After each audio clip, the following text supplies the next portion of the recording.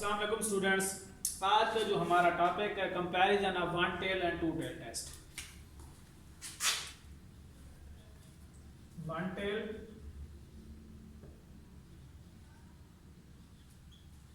And two tail test.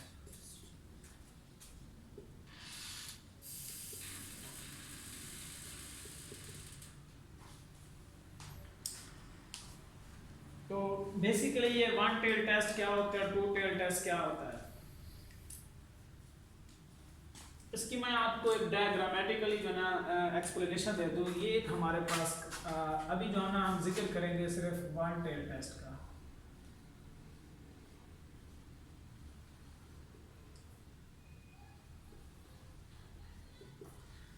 ये एक हमारे पास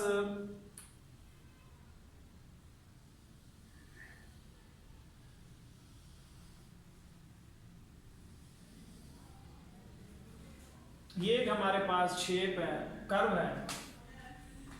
तो यहाँ पर हमारे पास इसका स्टार्टिंग पॉइंट होता है 0।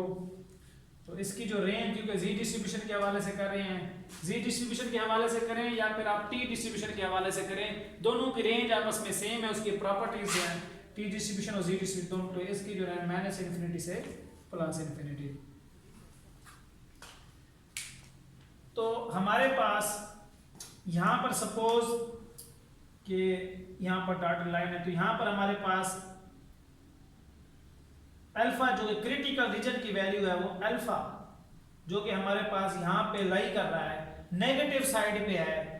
तो इसको कहेंगे हम वन टेल टेस्ट। क्या कहेंगे इसको? One tail test. यानी कि ये हमारे पास ये लेफ्ट साइड पर होगा, तो इसको one tail test left side का होगा, तो वन टेल टेस्ट कहेंगे। यहाँ अल्फा की वैल्यू सपोज जो भी आप अज्यूम करते हैं लेवल ऑफ सिग्निफिकेंस में जब टेस्ट करते हैं, जो आपके पास यहाँ पर क्रिटिकल रीजन में इसका टाइम, ये आपके पास जो इसका ये बना है, ये आपके पास बना है क्रिटिकल रीजन।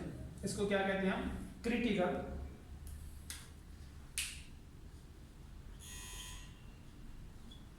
क्रिटिकल रीजन भी इसको कहते हैं और इसको हम रिजेक्शन रीजन भी कहते हैं। और जो बाकी आपके पास ये सारा है, इसको हम कहते हैं एक्सेप्टेंस रीजन।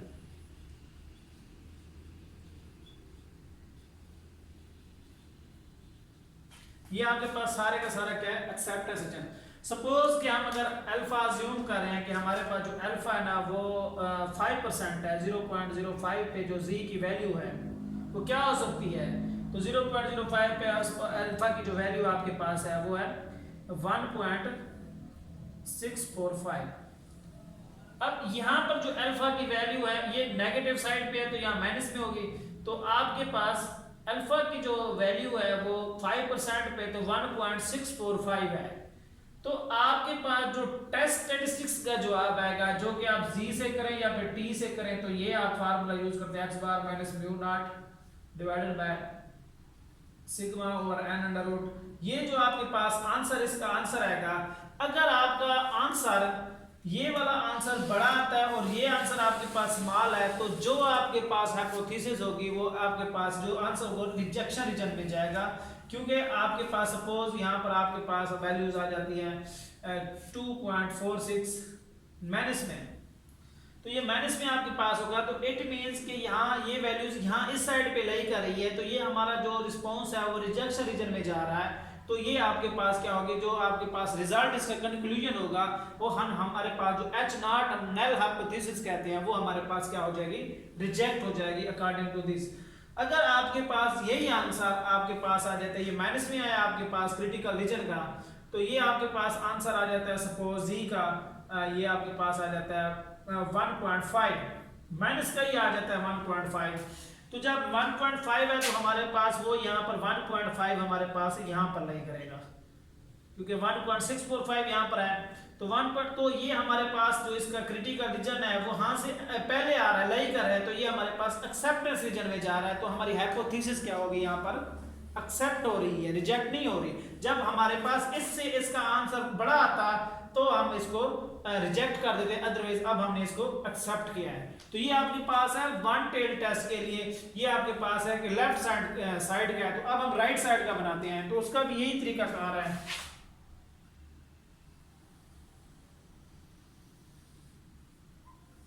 ये आपके पास डिस्ट्रीब्यूशन है, ये 0, अब ये आपके पास हुई -∞ टू +∞। सपोज कि हमारे पास जो अल्फा की वैल्यू है वो आपके पास 0.05 पे 1.645 यहाँ पे लाई कर रहा है, तो ये आपके पास क्या है, सारे का सारा ये इसको कहते हैं रिजेक्शन रीजन कहेंगे, या इसको क्रिटिकल रीजन भी कह सकते हैं। तो बाकी ये सारे का सारा आपके पास क्या होगा, एक्सेप्टेंस रीजन होगा।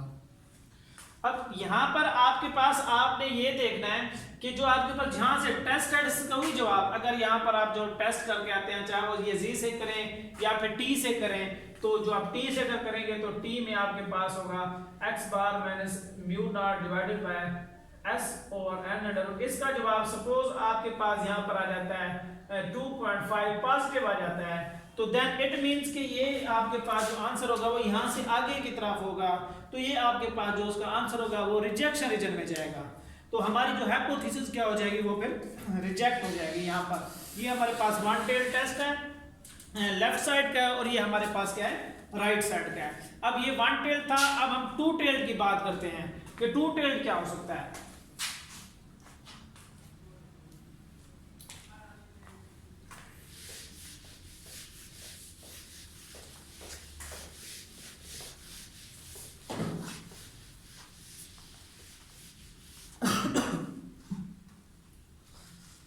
अब हम देखते हैं टू टेल टेस्ट को। टू टेल टेस्ट क्या होता है हमारे पास,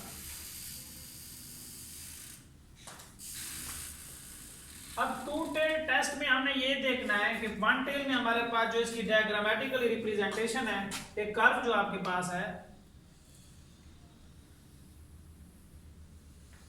यहां पर आपके पास जो इसका सेंटर पॉइंट आपके पास ये 0 का, इसकी रेंज जो टी डिस्ट्रीब्यूशन और जी डिस्ट्रीब्यूशन की रेंज सेम होती है, तो -∞ +∞ तक है। अब आपने ये देखना है कि वन आपकी एक्चुअली ये डिपेंड करती है हाइपोथेसिस पे। अब आपने देखना है कि पहले मैं आपको ये बता देता हूं कि इसका जो आपके पास टेस्टिंग प्रोसीजर कैसे होता है। ये आपके पास जब टू टेल टेस्ट होगा तो आपके पास ये लेफ्ट यहां पर भी होगा α/2 और यहां पर भी होगा आपके पास α/2। तो यानी कि इसका ये वाला जो आपके पास पोर्शन होगा, ये वाला क्या होगा आपके पास, इसको हम कहते हैं क्रिटिकल रीजन, और ये भी आपके पास क्रिटिकल रीजन होगा, और ये जो आपके पास होगा इसको हम क्या कहेंगे, एक्सेप्टेंस रीजन। ये क्या होगा आपके पास, एक एक्सेप्टेंस रीजन होगा।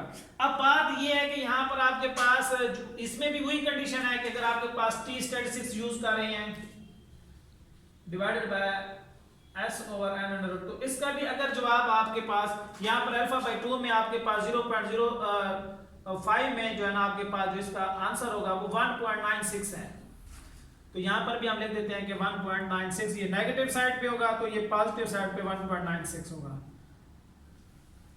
तो इसी तरह आपके पास अगर इसका आंसर सपोज 3 आ जाता है, चाहे वो पॉजिटिव है या नेगेटिव है, तो देन ये जो है ना आपके पास वैल्यूज क्या होगी, क्रिटिकल रीजन के अंदर नहीं करेगी। हम क्या करेंगे, इस हाइपोथेसिस को रिजेक्ट कर देंगे, क्योंकि इसका जो आंसर जो कंपैरिजन करने के लिए इसका आंसर बड़ा होगा तो एक्सेप्ट करेंगे, छोटा होगा तो हम रिजेक्ट करेंगे। अब यहाँ पर हमारे पास ये आंसर बड़ा है तो हमने क्या किया, यहाँ पर इसको रिजेक्ट कर दिया है। अगर हमारे पास इसी तरह इसका आंसर हमारे पास आ जाता है 1.5, तो हमारे पास 1.5 क्या वो पॉजिटिव है या फिर आपके पास नेगेटिव है, तो टू टेल टेस्ट में हमारे पास इसको क्या करेंगे, हम फिर एक्सेप्ट करेंगे। अब बात हमारे पास यहाँ तक है कि अब हम हाइपोथेसिस जब बनाते हैं तो हमें कैसे पता चलेगा कि ये वन टेल टेस्ट है या फिर टू टेल टेस्ट है। हाइपोथेसिस के लिए इसकी जो वन टेल की है यहाँ पर, बल्कि मैं यहाँ पर रिप्रेजेंटेशन दे दूं,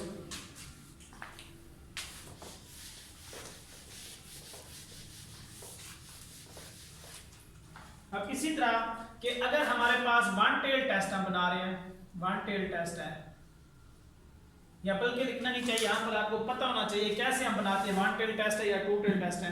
तो ये एक हमारे पास हाइपोथेसिस है H0 into mu equal to 0, या म्यू नॉट हम कैसे कर देते हैं, तो H1 अपोजिट इज क्या है जी, mu not is not equal to 0। अब यहां पर अगर आपके पास यहां नॉट इक्वल है, नल हाइपोथेसिस जो मर्जी है आपने देखना है, फॉलो करना है हमने अल्टरनेट हाइपोथेसिस को। अब अल्टरनेट हाइपोथेसिस में हमारे पास यहां पर नॉट इक्वल है, तो ये जो आपके पास डायरेक्शन है ये टू टेल टेस्ट में होगा, टू टेल टेस्ट में।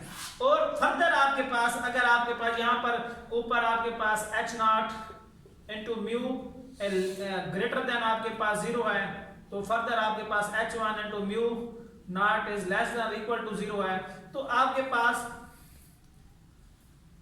तो ये जो टेस्ट होगा आपके पास, चाहे वो साइन ग्रेटर का है या फिर आपके पास लेस का है, तो ये आपके पास क्या हो जाएगा, वन टेल टेस्ट होगा। तो इसी तरह आपके पास H not into mu not आपके पास लेस देन इक्वल टू 0 है, और H1 आपके पास म्यू नॉट ग्रेटर देन आपके पास 0 है, तो देन ये भी आपके पास क्या हो जाएगा, ये फिर वन टेल टेस्ट होगा।